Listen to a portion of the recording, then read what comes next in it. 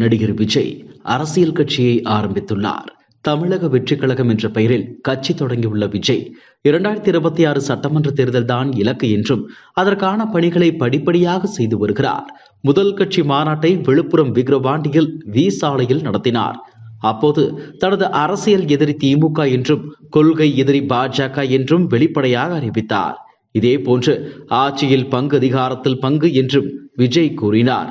இது திமுக கூட்டணியில் உள்ள விடுதலை சிறுத்தைகள் கட்சிக்கு அழைப்பு விடுத்தது போல இருந்தது.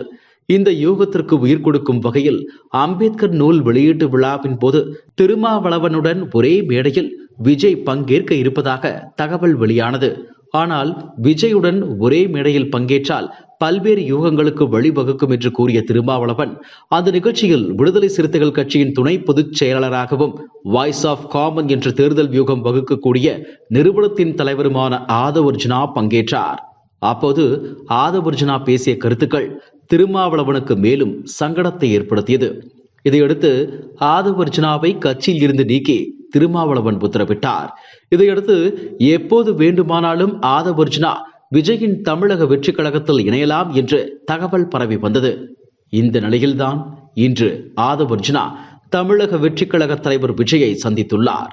சென்னை பட்டினப்பாக்கத்தில் உள்ள விஜய் இல்லத்தில் சென்று சந்தித்ததாகவும் அப்போது அவருடன் தமிழக வெற்றி கழகத்தின் பொதுச் செயலாளர் புசி ஆனந்த், பொருளாளர் வெங்கட்ராமன் உள்ளிட்டோரும் உடன் இருந்தனர்.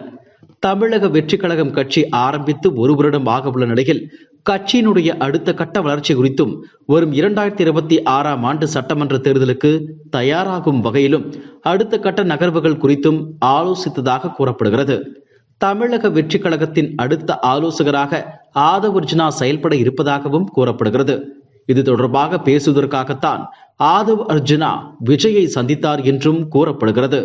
மேலும் விஜயை சந்தித்த ஆதவர்ஜுனா தமிழக வெற்றி கழகத்தில் இணைவதற்கு விருப்பம் தெரிவித்ததாகவும் கூறியதாக சொல்லப்படுகிறது. எனினும் இது தொடர்பான அதிகாரப்பூர்வ அறிவிப்பு வெளியாகவில்லை. வரும் பிப்ரவரி 2ஆம் தேதி இது தொடர்பான அறிவிப்பு வெளியாகும் என்று சொல்லப்படுகிறது. ஆதவர்ஜுனா தவேகாவில் இணைய உள்ளதால் தமிழக அரசியலில் புதிய அதிர்வலை ஏற்பட்டுள்ளது. இனி என்ன நடக்கப் போகிறது என்பதை பொறுத்திருந்து பார்க்கலாம். இதுபோன்ற செய்திகளை மேலும் தெரிந்து கொள்ள எங்களது யூடியூப், ஃபேஸ்புக் மற்றும் ட்விட்டர் ஆப்களை சப்ஸ்கிரைப் செய்யவும்.